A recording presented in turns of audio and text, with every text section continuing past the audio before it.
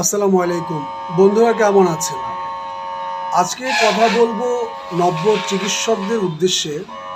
নব্য চিকিৎসকরা যারা তাদের রোগীদেরকে চিকিৎসা দেওয়ার জন্য প্রস্তুতি নিচ্ছে, তাদের প্রস্তুতির যেন আরও ভালো হয় সে লক্ষ্যেই আজকের এই কথাটা।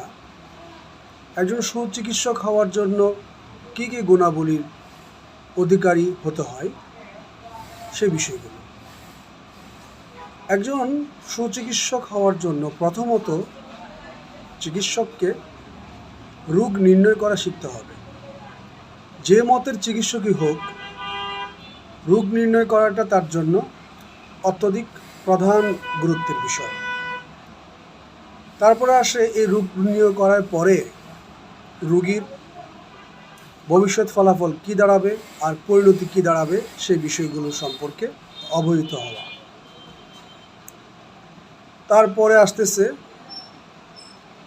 শরীরের অভ্যন্তরস্থ বিভিন্ন সিস্টেমিক অর্গানগুলোর সম্পর্কে ভালো রকমের অভিজ্ঞতা এবং পড়াশোনা থাকা।